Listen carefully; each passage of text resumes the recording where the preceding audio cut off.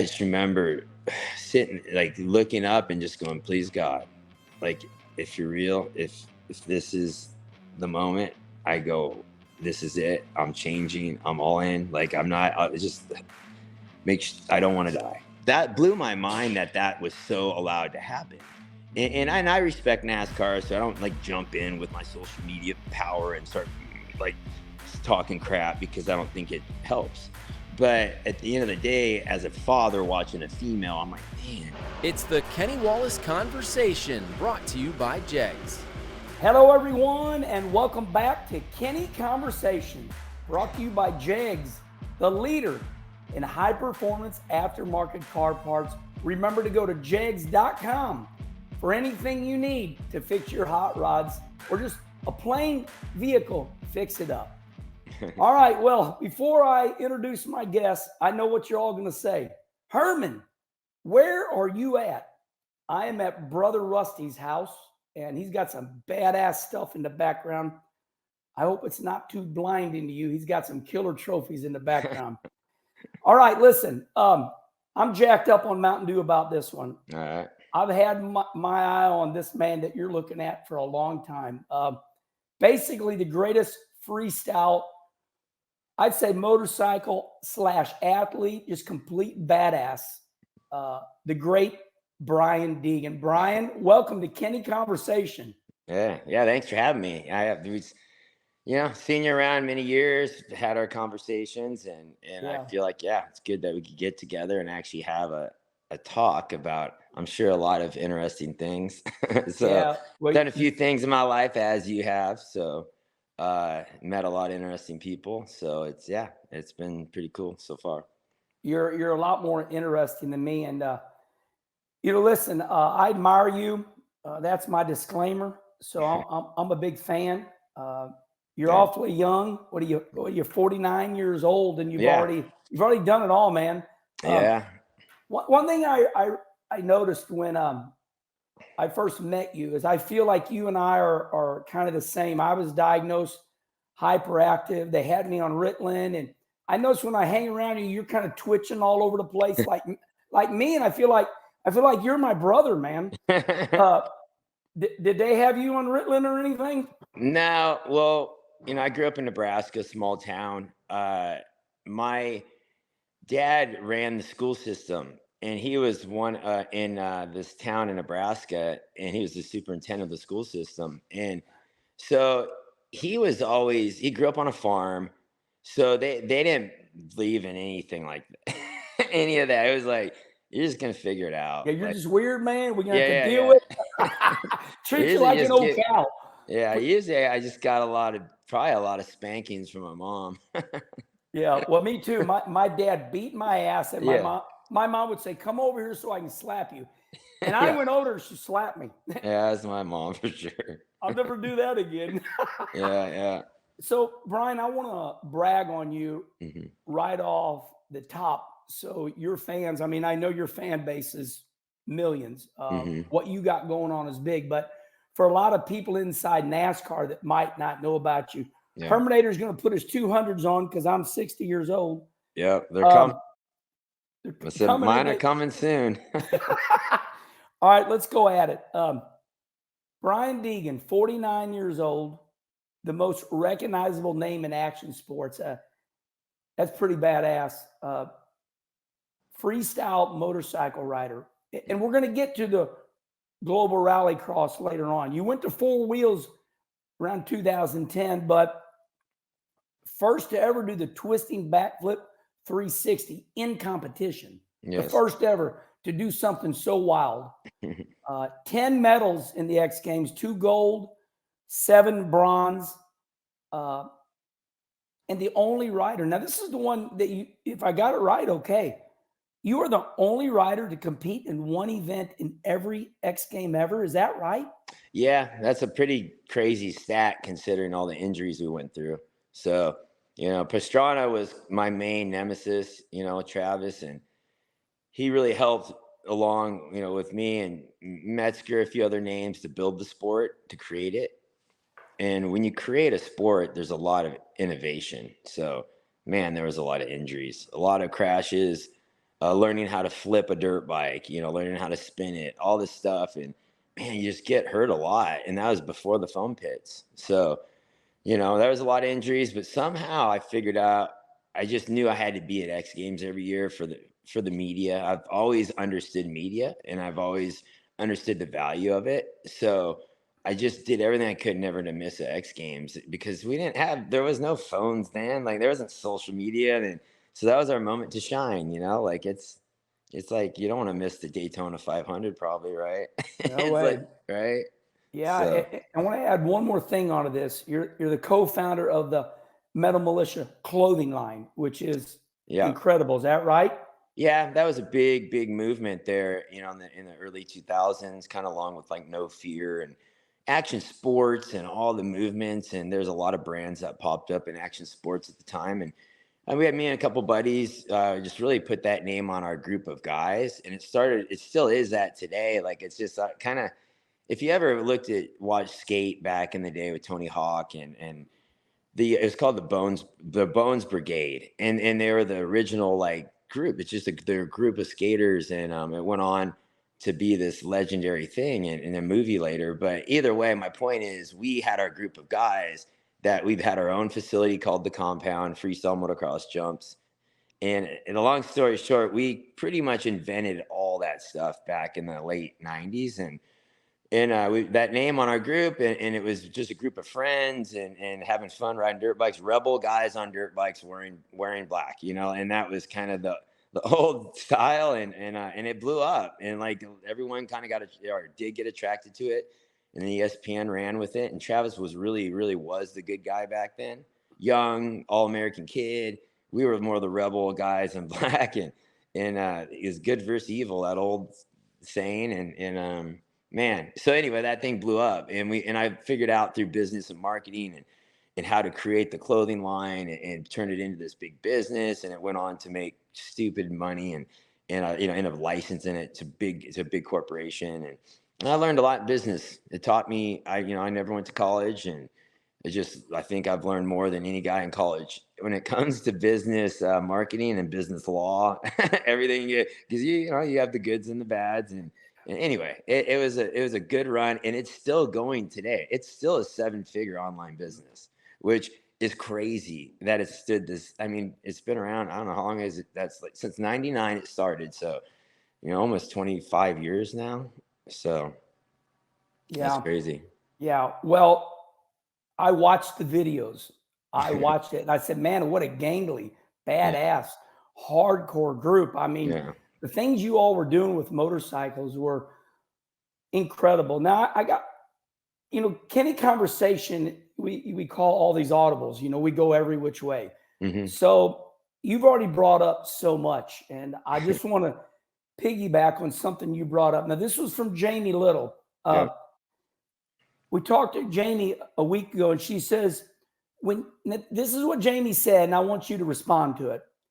She said, when you first came in, Brian Deegan was this quiet, independent guy, won a race, and then created this character, like this attitude. Mm-hmm. And she said every once in a while, she felt like she could get the old Brian. But she said, you became this character. Is she right? Yeah, I get, because she's been around our scene with action sports since the beginning. Yeah, she was one of the ones that helped really build it too, with her, social, or with her marketing and her announcing and commentating. So that is true, because I did come from, a small town in Nebraska. I had those roots. I went through very tough times when my mom left when I was about 10 or 11, just got up and took off. And I was more a mama's boy than my dad was at work every day. buddy, I'm sorry about that. Yeah, but that's life, and my dad was a stern, like, business guy.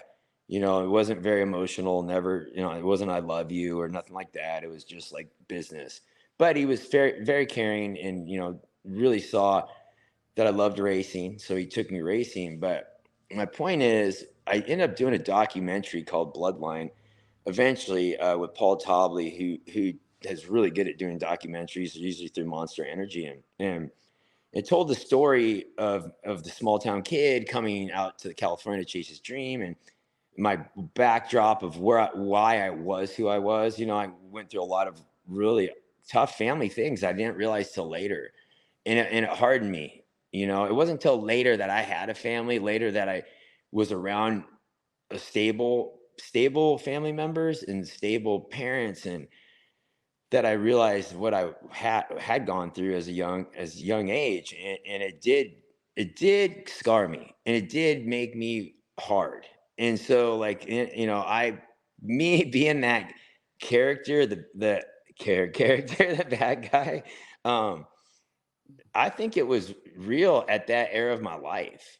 Yeah. And I think I really was on a bad one. I really was angry, and I was really taking it out on the world. And that's why this group fit me at the time. And you go through different chapters in life. And I feel like that was one of my chapters. And yes, there was still this kid inside me that, you know, wanted to have fun and be nice, and you know, get the best out of people. And I feel like that was always in me, but I did go through a run of about 10 years where we were on a mission. Like, we were we were burning a lot of bridges. So that was Yeah. like, yeah, part of that era, you know. But man, you've done so good. So you've done what I call, you've overcome, prevailed, you made yourself. Don't know where your mom's at. That's a whole nother Yeah. conversation. But buddy, she'd be proud of you. I And bet. if she ain't, she's missing out, because you've done all this on your own. And Hmm. that leads me to this. Basically, and straighten me out. I feel like, and you gave credit to Travis Pastrana too. Yeah. Uh, do you ever remember that time? I mean, because I remember I was born in 1963, Hmm. and I had never heard of X Games in my life. And I remember when it started. So in my opinion, you guys started a new sport. Do you remember when you said to yourself, holy crap, you know, there's baseball, there's football, and we're starting a new sport? Do you ever remember, do you remember that time? For sure. Yeah, I Tell me remember that. about that. So I grew up racing dirt bikes, supercross and motocross. I was a Yeah. privateer, which basically means I didn't have the OEM support. Yeah. And I went to California, brought my dirt bike when I graduated high school. I didn't have much money at all. I had to live on my race winnings, and I just chased that dream for like 2 or 3 years. I got on a support team. I wanted to be a factory rider so bad, and I just worked super hard. I remember training every day. It's one thing I could do with that didn't take a lot of money, is I just really worked hard, and end up going and getting finally had a chance to be a factory rider. They ended up giving the ride to someone else, and it really upset me. And I had a bad attitude for sure. Like, I didn't have a good attitude. I wasn't the social guy that was cool to everyone. I was more like, why not me? You know, that attitude. And so everyone passed me up, and I got really upset. And that's when I ended up teaming up with Team Moto Triple X, which is this edgy punk rock team. Went out, won the LA Supercross, ghost rode my bike over the finish, and kind of, I'd I say, just kind of an FU go. fashion. I just heard this about your boy. That word right Yeah, there, ghost road. ghost rode the That's a bike over hot the topic. finish, which was, I don't know. I guess you could comparably say maybe like Chastain railing the wall or something. That just, you know, it Yeah. wasn't legal. You're just like, yeah, whatever. Yeah. And so that's kind of my going out of racing moment. And then we started doing tricks on dirt bikes at that point. So we were out in the hills doing, like, you know, these BMX tricks on our dirt bikes, but over like 100-foot jumps, big dirt jumps. That's the videos I watched. I was amazed. Yeah. So that's the original video series that helped launch Action Sports, which was Crusty Demons of Dirt. Their original VHS tapes is showing the riders partying, having fun, the real stuff behind the scenes. And not just the racing. And those videos blew up. Like, everyone had those videos. And so then once that movement started going of us doing that, I started getting offers from companies to pay like sponsorship deals from like Etnies shoes, and, you know, a Volcom. Back then Volcom was just starting. And so they're they're offering to pay me just to be a free rider. And I'm like, man, this is crazy. Like, and so I thought, okay, I can't make a living on this money, but it's at least keeping me going. And then we created this freestyle park in our buddy's yard. And ESPN ended up calling and said, hey, we want you to bring that to X Games and make an event. So as a group, everyone put it together, did the judging system, and brought it to San Francisco 99 X Games. When I showed up there and rolled in, and you see our freestyle park on the bay, and next to BMX, skate, Tony Hawk, and Mira Nyquist, and I used to watch those guys because X Games was on since 95. So we came in at 99. Those guys were already heroes. Like, I already thought, like, these dudes are big time that have been in action sports. And so we show up, and dude, thousands of fans, man. And I was like, we started riding, and they all came running to where we were because our jumps were massive. And like it dwarfed everything. And the dirt bikes, the dirt bikes revving. And they all came running. And that's when I started riding that event. I'm like, dude, we've done it. This is it. Like, we freaking are on the cusp of probably the biggest thing to ever hit dirt bikes right now. And it's snowballed. And that's when I met Mark Hall, who originally went on to create Monster that day. And he came to me. He's like, hey, could I sponsor you with Hanson's Energy? And I was like, we were anti-corporate, all in black, like kind of skater vibe, like, F everyone. And I'm like, no, I can't. I don't want to have some corporate cheesy sponsor on my bike. You really were a rebel. Yeah. I don't want your money. Yeah. And that was anti. Like, we were anti because we were the militia, and we were like, so anyway, it turned into he turned out being a really nice dude, and he was like, hey, he's like, I can pay you.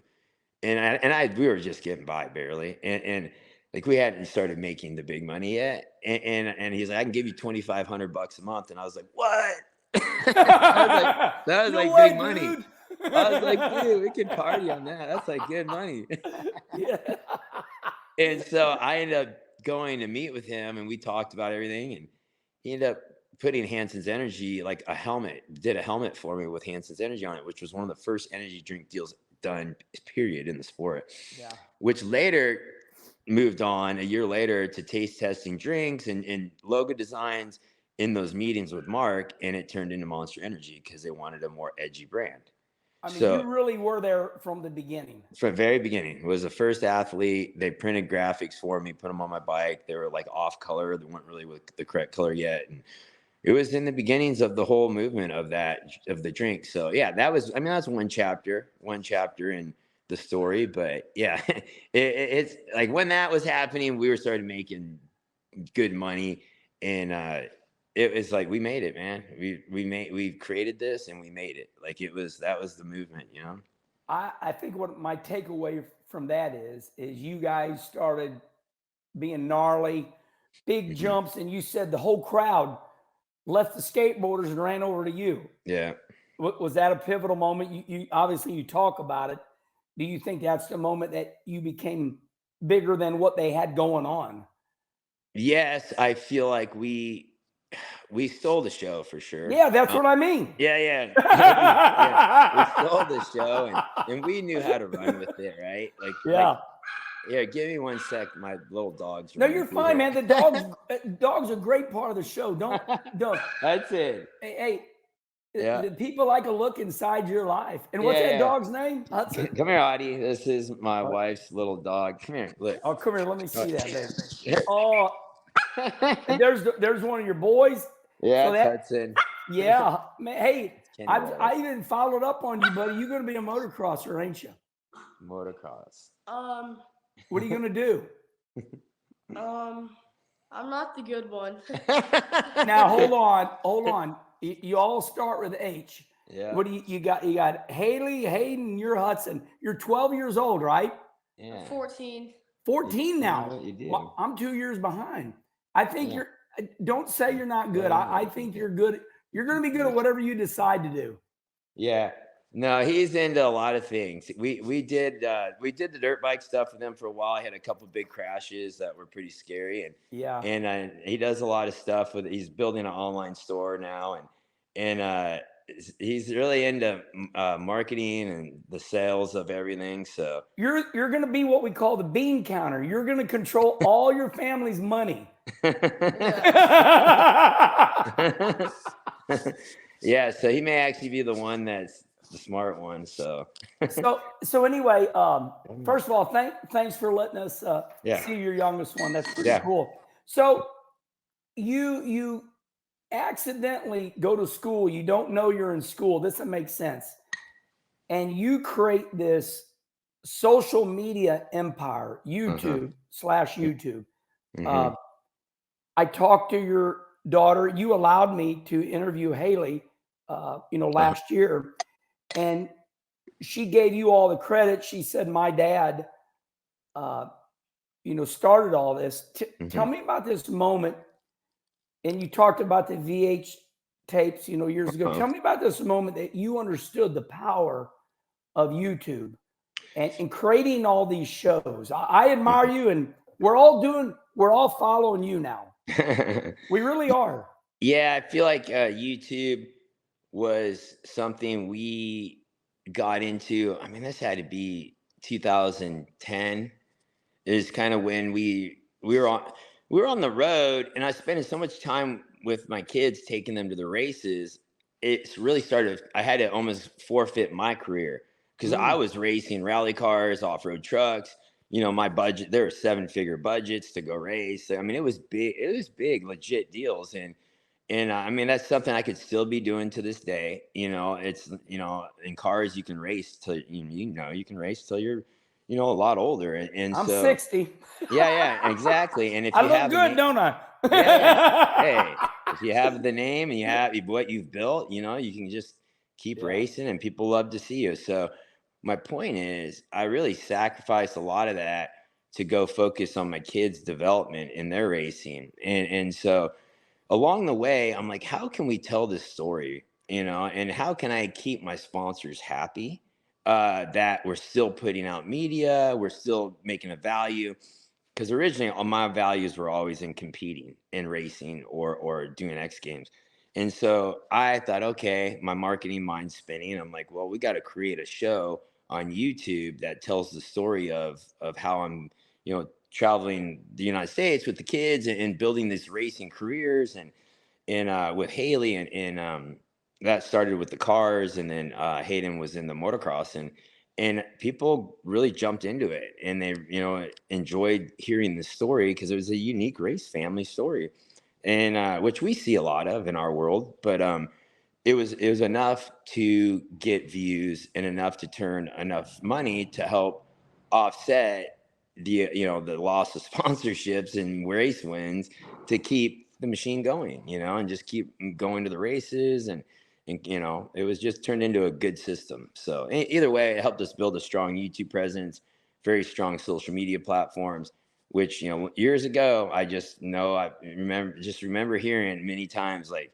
so, and I listen to Gary Vee and just a lot of other talking successful men on podcasts. I got really into the podcast thing for a little while, and so I just really knew that everyone's preaching the power of social media, the power of content. And that was 10 years ago. And I said, okay, I'm going to go down that path. And we've stacked content for 10. I have hard drives of just content, so which will be valuable forever. And so anyhow, that was kind of our movement with YouTube. It's still going on our channel, The Deegans. That's our family channel. Haley's done her channel. And then we created another channel called Deegan's Unleashed, which was just more throwing crap at the wall, see what works, what doesn't, and I don't know, just kind of for fun. So that's kind of our movement. It's incredibly entertaining. You're the innovator. I want to say something strange to you. I think it's a little strange, but I want you to comment on it. So years ago, my brother Mike Wallace shared something with me, and years ago you had traveling circuses, and it was called Barnum Bailey. Yeah, I remember. And the man that created Barnum Bailey, he says, and here's the quote, and I want you to comment on this. You know what happens when we don't advertise? This deep pause, nothing. And then, Barnum Bailey. So I like what you're saying there, because you're saying that, through the ups and downs, you're advertising your family, you're keeping your family out there. And if you don't do any of that, nothing happens. Yep. What do you think about that phrase? He said, 100 years ago, nothing happens if you don't advertise yourself. Yeah, and I agree. I've always understood the power of marketing. And once I got to California and was trying to make it in racing, and the racing wasn't working for me, I just couldn't get the good equipment and whatever the reasons were. And I just saw there's another value in the marketing and selling your image and building this persona. And so that to me became super relevant. And as my kids started racing, I'm like, okay, how do you become a top racer, a good racer, and have the marketing asset to it too? Because those are the two things you need. And if you can have both of those, you're going to be the most valuable. And so that's why I really try to push into the marketing aspect of, but there's, with the family, it's a fine line. You don't only want to show so much. You want to show, like for me, I just showed a lot of stuff at the races. I try not to do too much personal life, a little bit here or there, which now I think it's become more now that the kids are older. So it's it's the most valuable thing I think in motorsports besides winning, because there's only one winner race, and the rest got to figure out how to get their name out there. So I think marketing is probably the most important thing in business. Well, I have people come up to me all the time, and they say, my kid's won 8 championships. He's 8 years old. And I tell them, I say, get in line. Yeah. Because the young thing is now normal. Like I said, I'm older than you, but years ago, here's Jeff Gordon at 8 years old running a full-blown sprint car. Yeah. Now they're all 8 years old running full-blown. So it's like, how do you stand out? And I this is a statement. Yeah. I believe you have done the best job in the world at you're a winning family. You all win. Mm-hmm. You're a winner. Your daughter, your boys, you all win. So I just want to let you know that, and I know I keep saying it, but you're an innovator, man. And that's why I appreciate you being on Kenny Conversation. Yeah. So listen, I want to turn a little, not dark, but I don't want you to get mad at me. I want to take a shot at this. You made world news when you had a really bad wreck. Yeah. You had a near fatal accident is what's the story reads. I read the articles. Yeah. And after attempting a backflip, you lost a kidney and 4 pints of blood. And I don't want this to be a long question, but I just want to say this. I see what a good Christian man you are, and I see how beautiful you are to your family. Mm-hmm. It is said that wreck where you almost killed yourself changed you. Tell me about that time. Yeah, for sure. It's a moment in time, but it was one of the most pivotal moments. And I'd grown up in a small town, went to church on the weekends. My dad would take us to a Catholic church, and I felt like we just went because it was right. It just looked good, like for the family to do that. There was really no ever super connection there. I actually dreaded going, to be honest. It was so boring sitting in the pews and stuff. And so it really turned me away from it. Let's be honest. Hyperactive. Yeah. And so I went out through my life. Eventually we started racing every weekend, which canceled that out. But I was always intrigued by that. But I went through those, tough times and was the rebel guy and really pushed away from it. But it was, and then I met Marisa, which later became my wife, and her parents were Christian and they were real welcoming. And as much as I was like the rebel guy or did whatever I did, they were always forgiving and welcoming. And I was intrigued by that. And so, but I was still that guy. And so we went through these years of I think struggle, really, of just trying to find my place. And then Haley was born. And then that was a big pivotal moment that I was like, man, I really need to be a dad. I really need to, focus on you know, that aspect, because my mom leaving, I just, you know, really taught me, like, you know, really need to be there as a parent. And so we go to, I go in, it was, I would say Haley was probably two or 3 years old. And I go to do the show, MTV Viva La Bam. It was kind of the big thing, like Jackass style. I remember it. Videos with Johnny Knoxville and all that. Yeah. So they invite the militia out there to Pennsylvania to their spot. So we go out there. We're all riding dirt bikes. They're skateboarding on the show, and they have bands playing, and they wanted me to backflip over the band, and it was really, really windy that day, like crazy, like crosswinds. And I wasn't gonna do it. I'm like, I ain't gonna do it, dude. It's too windy. And they just kind of said, I thought you could do it. Just kind of a little pressure situation that happens. And I'm like, all right, well, screw it. All right. So I go for it, and I flip, and the bike under rotates, and I hit the top of the landing, like bounce off the top of the landing. And then handlebars end up hitting my stomach really hard and going up under my rib cage and popping my kidney and my spleen, and I basically exploding it, and it ripped it off the artery. And so I fell on the ground. I felt like I got shot in the stomach. It was burning hot. The stomach started growing, bleeding inside a ton. And they had no ambulance there.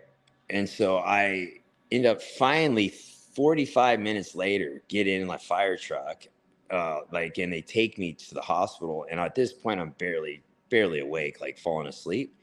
And I just remember, like, I was chewing my tongue, like trying to stay awake. Like it was brutal. And I just, like, I knew if I fell asleep, like that was it. And I was like laying there. I'm like, oh, just going, man, am I gonna really die right now? And thinking about, you know, my wife, my kid. At this point, it was just Haley, and she was 3. So we make it to the hospital, emergency surgery. Like, doctors are all around, and they rushed me in because I didn't have much of a pulse left, and it was real light. And I go in, and the doctor leans over me and just is like, hey, I just remember he's an Indian doctor, and I just will never forget his face. And he had a mask on, and he's like, I'm going to go in and see what's going on. He's like, you have very light pulse. He's like, we're going to do everything we can. He's like, is there anything you want to tell your family? He's like, and I was like, oh my gosh, dude, this is like, I'm going to die. And I said, just tell him I love him. And I was like, in that moment, and I just remember sitting, like, looking up and just going, please God, like, if you're real, if this is the moment, I go, this is it. I'm changing. I'm all in. Like, I'm not, I don't want to die. And I was like, I want to live, you know? And I was like, this will be my pivotal changing moment. And it was, dude, it's heavy. Like, it's hard for me to even think about it anymore. So I'm nauseous right now. This is incredible. It's like, keep going. Really Keep going. If I like really think hard into it, it literally makes me tear up because it's such a heavy moment. Like, and it's easy for me to move on and have so much other stuff happen in my life, but that was probably the biggest moment of my life as far as like a reality. Like, nothing becomes more real when your life's about to end, right? And not many people have that moment that helps them change, right? A lot of people have to do it just on, oh, I should change, and don't get put into like the final moment. And so for me, that was it. And I just prayed. I was like, oh, God, please, you know, I don't want to die. Because at that point, I really thought I'm going to go under. I'm probably not going to wake up. And so, I mean, I was up barely hanging on, like chewing my tongue, like falling, like barely awake.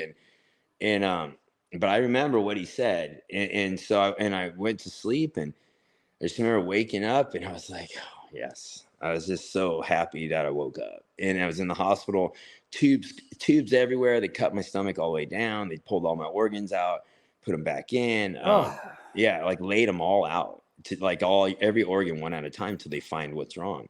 And so, and they put everything back, and I had tubes everywhere. And my wife was in the room. My dad was in the room. This was on the East Coast. Like, that surgery was so long that they had time to fly from California to Pennsylvania, and they were in the room when I woke up. So that was like it was like a 12-hour surgery. So, and the guy, like, literally after that, I just called the doctor, and I said, hey, thanks. I go, thanks for saving my life. I go, because that was that was a fight, I'm sure it was not easy for that many hours to get my body going. And so that was a pivotal moment, man. I just, at that moment, I said, I'm done, boom, turn. And we were in the hospital. The story isn't done. So I'm in the hospital for weeks because the recovery in this hospital was pretty run down, like wasn't top of the line. And my wife's like, oh man, we just got to get out of here. And so she started feeling sick and got really sick. And then she found out she was pregnant with Hayden in the hospital. And I'm like, man, that's crazy. Like, imagine if things would have went the other way, right? Like, this whole moment. Just pivotal. Like, I'm like, there's too many coincidences here to just blow it off, and so that was a moment I feel there was God just showing me like, boom, boom, boom, boom, all these things that are important, and going, okay, here's your chance. And so, I went home recovering, and I'll never forget. I got home and I set stitches everywhere. It was a brutal flight home, and because they told me not to fly home, and I'm like, dude, I'm going home. They didn't even want me to leave the hospital. This is probably wasn't the smartest. I called a cab and went down and left the hospital after 2 weeks because I'm like, I can't be in here any longer. This is brutal. So I go down. They said, if you get on a flight, there's a chance your insides could start bleeding and you won't make it till you hit the ground. And these are things I don't really talk about. I just remember now. But so I'm like, we're going. And I remember trying to get on the flight, and I looked like death. Like I was skinny, white, like I was like been in the hospital for 2 weeks. I still have my gown on. No, you did not. Yes. And they didn't, because I jumped in the cab and failed. I just pinned it. One day I was like, I'm out of here. Boom. And they didn't want to release me. And so I basically went to the airport with me and Marisa, and I got on the flight, and they wouldn't let me on the plane. They're like, no, they're like, you okay? And I'm like, yeah, I just crashed on my motorcycle. And they're like, are you sure? I'm like, yeah. And this is kind of before it got crazy flying, and they said, okay. So they let me on the plane, and I got on. I just remember flying. There's like turbulence, and I'm just laying there going, oh man, I was like, this is bad. And anyway, I land, get to the house. I just remember Haley hadn't seen me for a while, comes running over and jumps right on my stomach. And I'll never forget that. And I was like, and I felt super bad because she got super scared. She started crying. And I was like, and I was scared because it jumped right on my stitches. And I was like, because I just didn't want to start bleeding again. Anyway, these are all little things that are popping back to me. And that was my moment. Change, boom, going to church.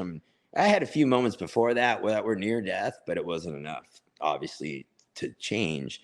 But this was, so I changed that. Kind of basically had to tell my friends that I hung out with that were, not, the best of quality friends. Like, hey, can't hang out. I cannot going to do that. I'm going to go. I got to start, focusing on, what the family stuff and everything I'm doing. It was a tough one. That, after being this certain person for so long and having this whole group of people for so long, that was a tough transition, but it had to be done. And there was moments that it was like, pulled me the other way. I got pulled this way and pulled that way. And I felt like, man, that was tough, a very tough battle for me. But eventually when I got through that, that was the best decision. And I really started focusing on my family. And I feel like it was the right, the right path, so, and look where we are today, not saying I'm perfect by no means. I'm still make all kinds of stupid mistakes and do dumb stuff all the time. But yeah, that was a big pivotal moment. So that, you just gave the definition of a real man. Yeah. A man that takes care of his family. Yeah, I have 3 daughters. Okay.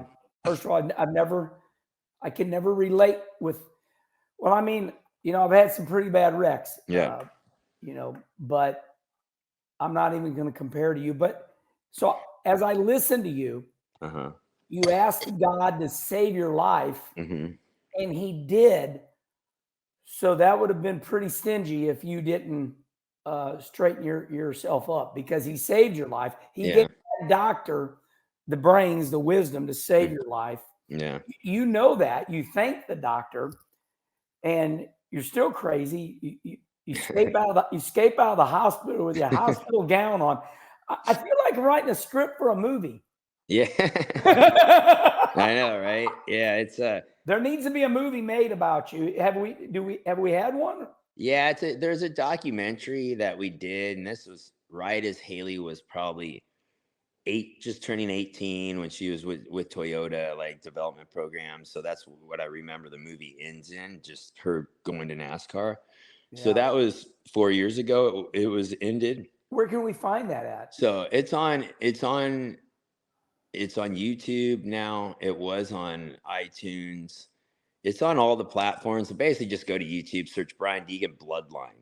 Oh, wow. Okay. So Yeah. Bloodline, and they'll tell you it's a great story. It's not just, hey, these are the things that happened in my life. It's an actual story. And it starts with, me as a kid in Nebraska, and paints this picture with all these old pictures from when I was a kid, and tells the story of where I came from, my family. It interviews my mom, interviews my dad. And it interviews everyone. I mean, Marissa's parents, her, the kids. It's very, very well done. If you didn't know me and you watched it, I think you'd still be like, yeah, that's a good documentary. So it's definitely worth the watch. Everyone that's ever watched it is like, hey, that was a good story. And I've used it when I meet execs, corporate guys that are like for a business deal, for a sponsorship. They don't have any idea who I am. I just send them a link to that movie, and it's a little risky because it tells a lot. Like, it tells some of my gnarlier moments, but I'm like, oh well, they're gonna get to see who I am, and they're gonna either like me or not, and they're gonna know exactly who I am. And 99% of the time, they come back like, wow, man, that is a crazy story. And it really helps. It just really helps people get to either jump on board or not. Really. I have not had nowhere near the success you have, but I can relate with you so much because, I give motivational speeches. Yeah. And I'm like, nobody can introduce me. There's no way. So I had NASCAR Productions make right at a 3-minute video of me to introduce me. And then I look in the crowd, and I relate with you because you're giving here, watch this. This is my introduction in film and showing that is so badass. And I want to say this, obviously these are comments. I feel like anybody that knows your story is going to make them a better person. Thank you. I feel like, and I've had to get up in front of crowds and tell stories and give speeches. And, I've had people ask me to go be a mentor, and I'm like, oh man, that's crazy. Like, I don't ever really think of that. I don't really You've seen the movie. You starred in the movie. You came out. Yeah. And it's, if you live by example, then people believe. And it's, I have had multiple times opportunities to like start this mentorship group or be a men's group, and I did a podcast for a while just because I felt like I wanted it. The dog's going crazy. That dog's indicative of who you and I are. Yeah. Look at me. Yeah, for sure. But yeah, my point is, I went down that podcast path because I just wanted to learn more. I wanted to talk to people, just personalities, and learn more about people. And I've thought about that. I feel like I could mentor parents on how to raise racing kids. Yeah. Because I can tell you, I can pretty much watch your kid in this sport and tell you if he's going to make it or not very quick. Yeah. I'm sure that's how you are in car racing. You get to see someone, you're like, or yeah, I think they can do it if they have the drive. And so, I've had a lot of people call me for advice on that. And I'm like, I don't know, man. Right now I'm focused on my kids. Mm-hmm. And I still have my thing going with racing off-road. I still race Can-Ams. And I do King of the Hammers, which is this gnarly off-road race in California once a year. Thousands of people show up. It's just a very difficult race. That's like a 12-hour race through the rocks in the desert. And so I do that. I do promotions with Can-Am commercials, and it keeps me. It's fun for me to go race around in a Can-Am. It gives you that. It's on my list. It's just down here. Exciting. Yeah. I haven't got there yet. Your story, and I thought to myself, when we do content, we know 8 minutes is the mark. But when I do Kenny conversations, I understand the view time and all that, but your story is so unbelievable. I mean, I don't even know if we can get to global rallycross is what you're doing now, and you've won gold. And hey, I want to say this. I have a friend, his mother abandoned him, and he's never been right ever since that. When you started telling me that your mother abandoned you, this kid I love him very much. And we've gone through a lot of conversations, but Brian, because I know a little bit about mothers abandoning their children, you came out a winner. How many years do you think it took you? Have you ever forgiven your mother? Yeah, see, you need to watch the documentary. Okay, forget it. I'll watch the documentary. Yes, I would say that's watch all the part of documentary. Story. But yes, there's definitely been closure there for sure. Like there had to be. It had to happen. Yeah, 100%. Do I talk to her every day and still like hang out with her? Yeah. No, I don't. She lives in Texas, and she came from a very poor family in the border down there's New Brunswick, Texas. It's hard to pronounce, but yeah, she lives down there. And I remember going there as a little kid, and they're 100% Mexican. They all live in the same house. They like I said, it was a very poverty stricken area. And but I always had fun down there. I go down there and like they cook super good food, and there's just a different culture. Dude. They roll them tortillas up. Yeah, yes, and that's what I miss about my mom, because she always cooked the best food, like the best homemade Mexican food, and so those are the things I think when I think of positive things. I mean, I really do miss the family and miss that culture when it all just one day ended. And but at that point I was 10 years old, and I just started racing dirt bikes. And my dad was the one who had the job, so I knew if I left with mom to Texas, which was an option, right? Like she was like, well, if you want to come with me, I can. And I was like, I don't know. I used to visit down there and it was fun, but I knew it was a different life, and I would not be able to race anymore. The racing would be done. And it was another decision, a fork in the road, that I had to make that decision to stay with my dad, which he was more of a business guy, and I knew I was going to lose that loving connection, but I wanted to go down this path of racing. And it's kind of a weird thing how it pulled me this way. And it was the path that's taken me to where I am today, I just made a note. I wrote the 45-minute mark. I'm going to have my friend, when we get this up, I'm going to tell him to go to the 45-minute mark. So thank you very much. That was uncomfortable for me, but I had to ask it because I have friends. One thing, if you don't want to answer it, don't answer it. But the similarities, one rotation difference. J.O. Archer, the Australian, that did you did the double twist backflip. He done the triple. He pulled it off, and then he's practicing it, and he died. When this happened, what went through your mind when you heard of him passing away 2 weeks ago? Yeah, that's the unfortunate realities of the sport, and that's the hardest part. Like I said, when I see people crash on dirt bikes, it's like that's the part of the sport I hate. That is like I hate that part of the sport.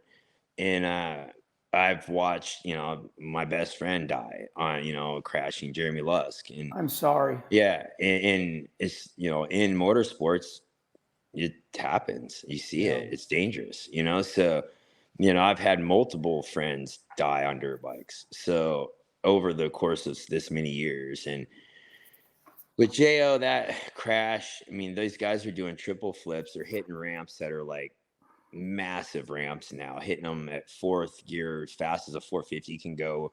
Oh my They're gosh. going like 50, 60 feet in the air. I mean, it's so crazy. My opinion, stunts like that should be done once a time. That's like Evel Knievel, the Grand Canyon. Caesar's jump. Yeah. You do that one big bam, do it one time. But when they start trying to do things like that in shows every night, I mean, I just think certain tricks are so gnarly. Like, and people are gnarly. Like, every time I think like, that's too crazy, but to them, it's not. To them, like when I did a backflip on a dirt bike, people thought that was crazy, and now it's triples. And so I just feel like the sport's elevated so high that the tricks are just so death defying that I don't know. It's tough for me to comprehend now the level of bravery and mindset to do that. But yeah, I mean, like I said, it's the sports are it just makes you realize how dangerous the sports are and the risks these guys take. So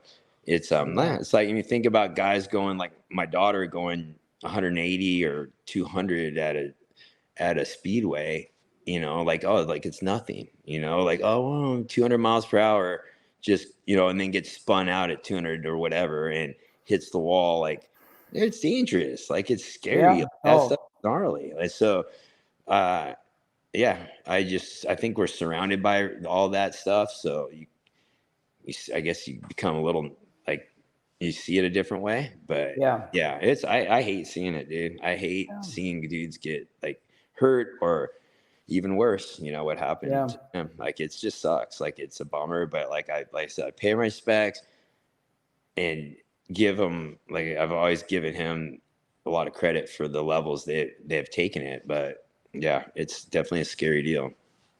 Let's lighten the load a little bit. This been awfully heavy, but it's been award-winning in my mind conversation. I've learned so much from you.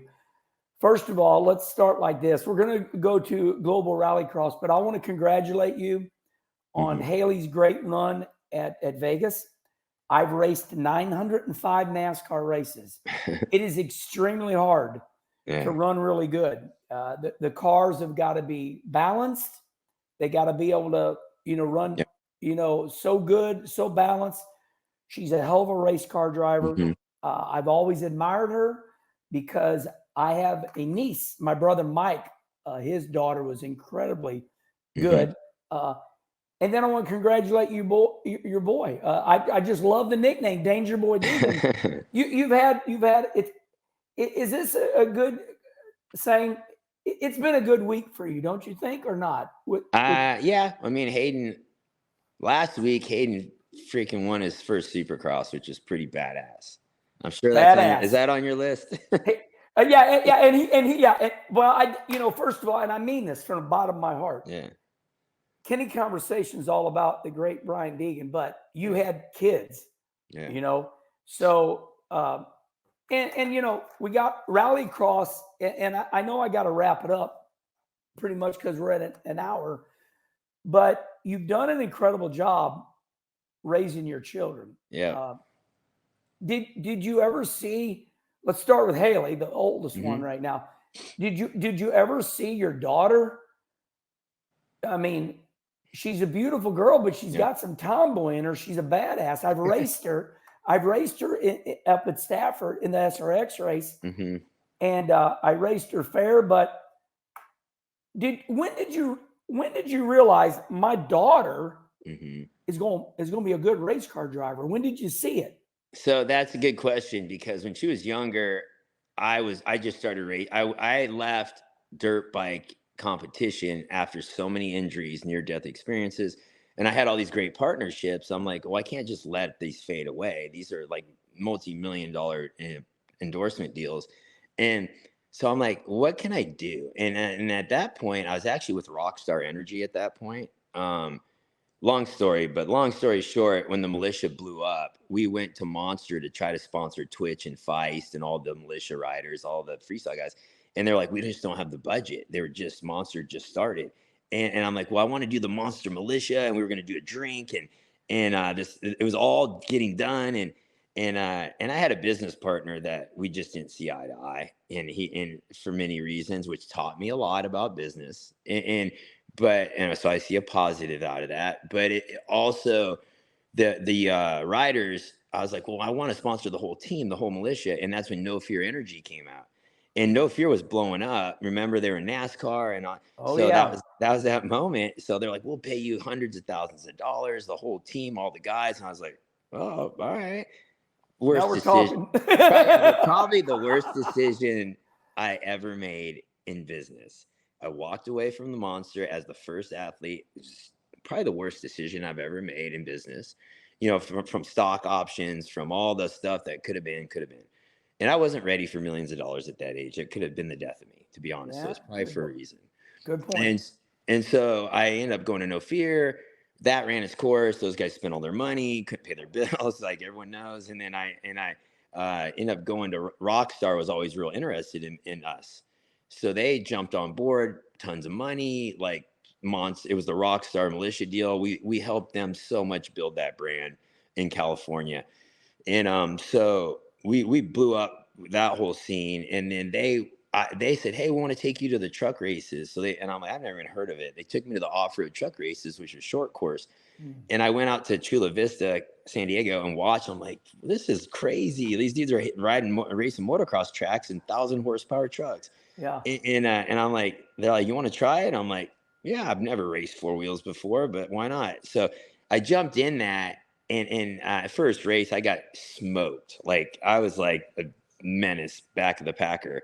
And you know, like how in dirt racing, everyone runs up on the cushion. Yeah. I was like, why are these dudes leaving the bottom so open? Because you can't exit. And I freaking they come rolling right back by. And I was a moto guy, so everything was dive bomb the bottom. Yeah. So I dive bomb these guys and hit them coming off exit, and they would get so mad. And I was like, dude, this is racing. Like I'm just taking the inside. And like they wanted to like kill me, you know, and so eventually I learned how to race, studied it, focused, when I do something, like I really study it. Who's the best? Why are they the best? I'm studying your video. I'm going to figure out why you're the best, what tires you're running, what equipment you have, what suspension, who's your tuner. Like I learned, I study. And within the first full season that I raced, I ended up winning the championship by the end of the year. And when I did, because I invested a lot of my own money because I had to make that transition because I didn't want to go back to freestyle motocross because of the danger. That's when the double backflip came out. You know, I did the first 360 on a dirt bike. It was very scary, big moment at X Games with Pastrana.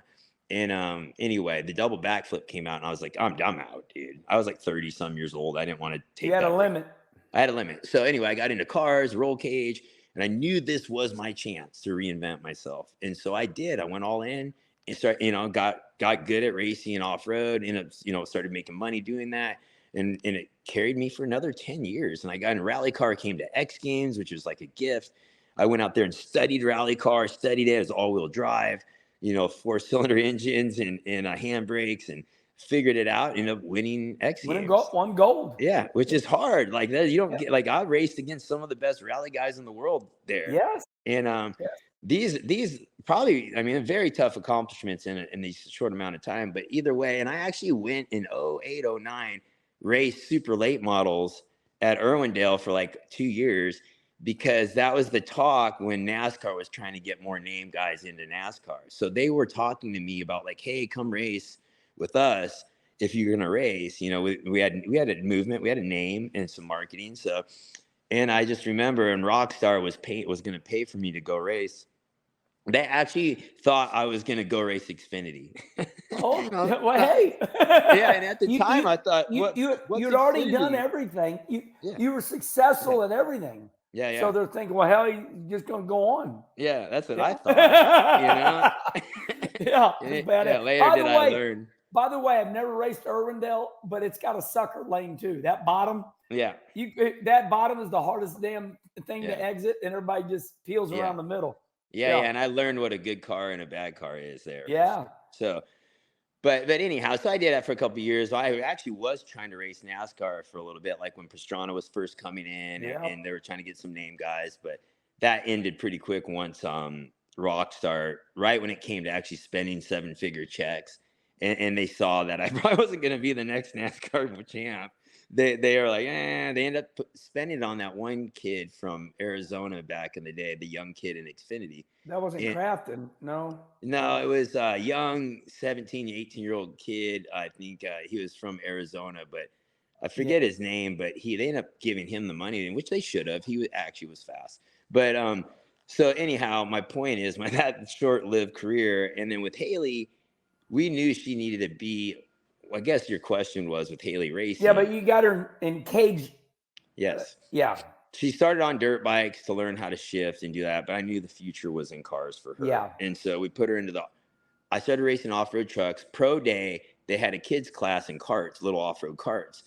She begged to do those karts. She was more arts and crafts, like the girl that was kind of like that style. I'm like, I don't know. You're not really race material. Like, you're a girl. And I just like, she wasn't like the gritty, like tomboy. She's more like playing, in a dress, playing with her arts and crafts and toys. And my wife Marissa's like, no, get her a car. And I'm like, She's like, no, you need to get her a car. And she was the big component behind it. And I'm like, so then I got her the cheapest, junkiest go-kart. They're like $5,000, dude. And she goes out, she's in the back of the pack, cruising around. And then by the next season, my wife's like, you can get her a better car, like, so she can at least like race. And I was like, all right. So we invested in a nice winning car. And she went out and started getting on the podium, like started beating the boys. And I was like, well, all right. And I was like, so then my interest, right? I'm like, okay, I think she wants to race. And so I got behind that and started getting the good parts. We hired our own engine tuner just for her. And and she started winning all these races and championships. And it was fast drivers like Sheldon Creed, Riley Herbst. They all came through these karting programs that were an off-road. And so my point is, it's no slouches. Like to win these, you got to be pretty good. And and so I just knew she needed to go to NASCAR to have a successful career as a female. And so we did everything we could to get her to the East Coast and get her in front of the right people. Then Toyota heard about her, tested her, put her in that diversity program, which started the wheels turning. And that's when I learned my first thing about NASCAR. They were like, hey, come, we got this program. I'm like, wow, you guys are going to handle everything and get her in a car.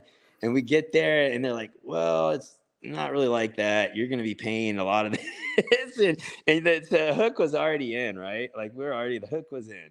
So we ran with it, and she proved that she could race, she could be competitive. And I feel like I've always had a lot of questions of like, why is there been not a female yet to go into NASCAR and be, I don't want to much say a champion, but a fierce competitor that runs with the lead pack.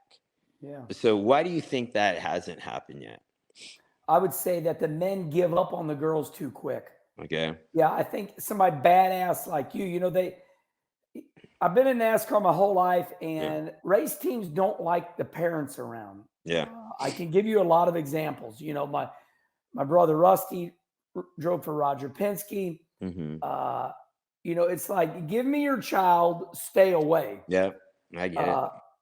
And it's just that kind of deal. But my opinion, well, I mean, it's like when I watch Danica Patrick and I watch Haley, they both.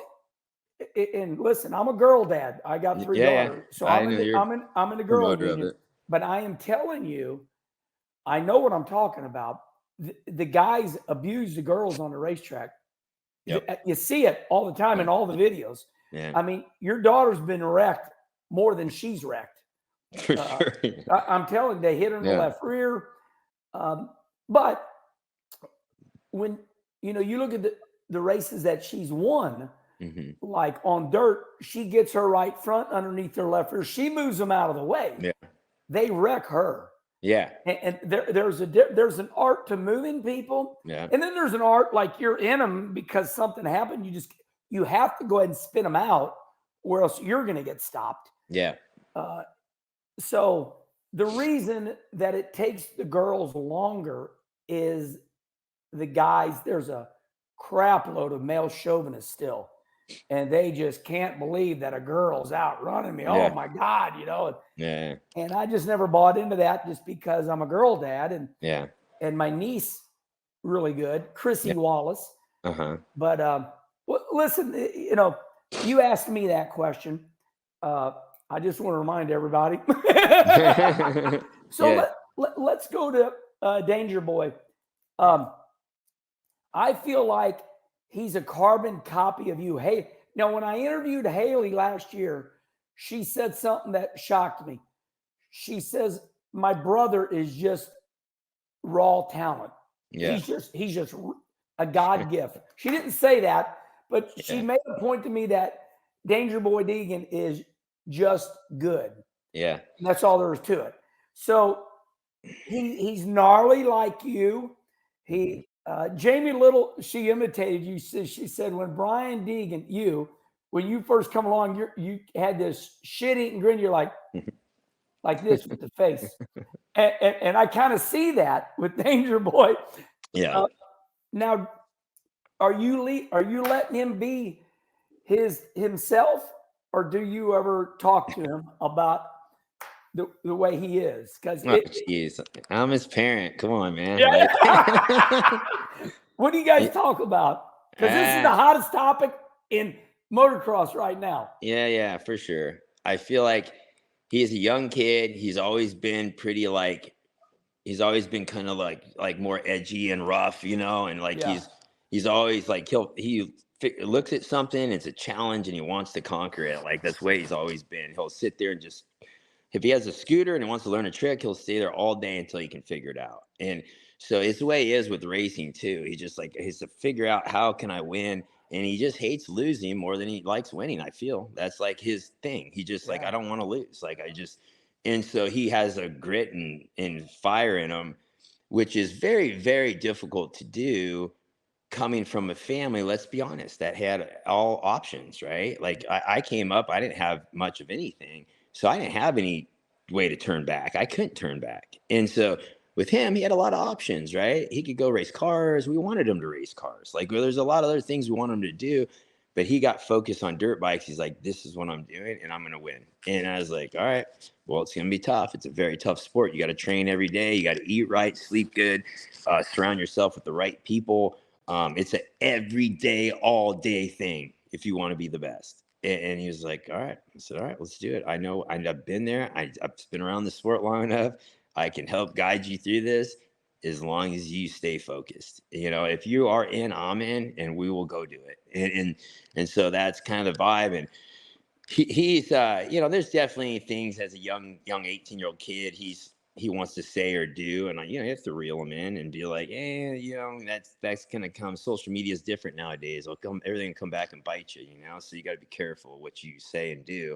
Where back in the day, they'd be lucky to hear what we said because someone wasn't filming it or whatever. It was he said, she said. But now everything's caught on tape, so you got to be careful with the way you act and the way you portray yourself. But I feel like what you see is him. You know, I try to let him just be him. He's that kind of like edgy little, you know, attitude. You got to be the best, man. You got to have some attitude, dude. That's the way I see it. I love it. Yeah. I love it. So, but let me finish on that. So I feel like you know, going back to Haley, I feel like it's a fine balance being a girl in NASCAR. I stepping back as a dad watching, I feel like I wish NASCAR would have stepped in many more times and threw the black flag and said, hey, you guys aren't crashing these $100-some thousand trucks every weekend. So, okay, you know, if we care about the money, let's not crash these guys. And if you do spin someone out on purpose, you're done. Go to the back. Like when I race rally and off-road trucks, if you crash someone, you're going to the back or you're doing a stop and go. Like they don't just get to crash people. Like they don't, like that blew my mind that was so allowed to happen. And I respect NASCAR, so I don't like jump in with my social media power and start like talking crap because I don't think it helps. But at the end of the day, as a father watching a female, I'm like, man, a lot of people take shots at her and I feel like they could have done a better job at reeling that in. And so And I get it. She's got to earn her stripes. She's got to earn her spot, earn her respect with the racers. And I feel like if I was in her shoes, I'd be swinging a lot more. I'd be like, you're a lot more like, hey, you take me out, I'm socking you, dude. Like, I'm going to stand my ground and get aggro, right? Like, but obviously that's going to backfire too. But dad. Yeah, I'm the dad. That's why I don't like do that.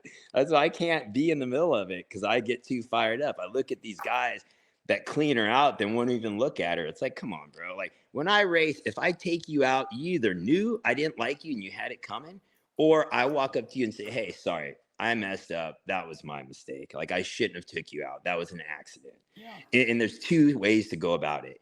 And if you go about the way of just don't look at the driver and walk by like nothing happened, and your $100,000 truck destroyed and your weekend's wasted, come on, like, give me a break, dude. And we're okay with that. Like, that's not racing. That's not cool. That's not the old school way. Like, so that's just what I see out of it. And, I think Haley has it in her to be a really top racer, but it's like Hayden, you got to go all in every waking moment, every day. It's a all in, especially a female to beat the man. Like, you got to be like gritty and everything you got, and I think it's possible. And she's still young. It's young in that sport. So, like I said, I always feel like as a female, you need just a solid group around you. And I just picture this, you just need this tough group of guys and girls, whatever, just around you, like this solid group that people just don't F with. And we need the metal militia around your daughter. Exactly. Let's bring the crew back. Right? Yeah. We'd probably get kicked out by the first. And as soon as the next guy hits her in the left or spins out, you go beat his ass. Yeah. And then you won't do that no more. Hey, listen, back in the day, in my day, what we did is you have the tractor trailers park, right? Yeah. Here's a tractor trailer, here's a tractor. We say, come here. Yeah. And we went between the tractor trailers. And when we came out, it's done. Okay, you just wrecked me. I'm going to wreck you. And we're going to keep doing this until you realize, don't mess with me. Yeah. And that's kind of the unspoken rule of racing. You know? And like I said, I feel like in the last few years, it got so out of control with guys just crashing guys. And for me, I don't think that's great racing. I feel like that should be handled on the track by the drivers, off the track by the drivers. And it should be okay to do that. Like, okay, hey, these dudes are going to have words. If it comes to a little scrap, oh, well, let's just move on. And hopefully it's settled. It's done. I feel like the old ways of many things were a little better. They were, because we did take care of our own. We took care of ourselves. We didn't wait for people to police it. I can tell you so many run-ins that we solved on our own. But yeah, well, listen, we can go for 2 hours. My brother Rusty's calling me right now. We're getting ready to go on a ride. I'm down here at Bike Week. Yep. And listen, there's a part 2 coming. and we got to go on to Rallycross. Here I'm trying to cover your whole life in an hour and 15 minutes. And it ain't going to work. But you've given me so much, Brian. I've always been a big fan of you. One thing I admire about you is you stay busy, you stay digging. Mm-hmm. And I want to thank you so much. Like I said, there's more, but we got to sign off. And it's cool. And I really appreciate you. You're a badass dad. Mm-hmm. I admire you for overcoming and prevailing. That it's funny because I'm on the West Coast. I learned, what's this word gnarly mean? And I learned it. And you were gnarly. And you got a great family. Congratulations on everything. And you're still right in the middle of it. So thank you for being on Kenny Conversation. Yeah. Thanks for doing what you do, man. Appreciate it. I know it takes time and energy. It takes, it's the connections of getting everyone lined up to be on the show. So thanks for doing that. It's good to have this positive voice. You always speak positive about Haley, which is good. I'm just a proud dad of all the kids. All my kids have worked hard, and I appreciate the time, man. Well, I want you to know a little something about me. I'm a racer. I still race. And the man behind the camera right now, Charlie Marlowe, I moved back to St. Louis, and he said, let me start you a YouTube show. I said, no, man, I'm too busy running my dirt car. I run 80 races a year. Jeez. And Charlie's listening to this right now. I haven't told many people this. So about a month later, he calls me again. I said, all right, I'll do it. Yeah. And I'm nothing like you. You got millions and millions, but it's been a lot of fun. Yeah. And I said, can I ever interview people? He goes, oh, yeah, I just thought you wanted to talk. I'm like, hell no. So, yeah. So you're about our 45th Good. great athlete. And I just I enjoy it. And sometimes I get tired of studying up about it because I want to ride the motorcycle right now. There you go. Yeah, go have fun, man. Yeah. So listen, everybody. You've always asked about it. We are in podcast form. We are on iTunes and Spotify, and you can listen to the great Brian Deegan on your way to work, and it's long. So when you turn around and go back home, listen to him again. Once again, thank you, Brian. Yeah, thanks for having me on. All right. Goodbye, everybody. See ya.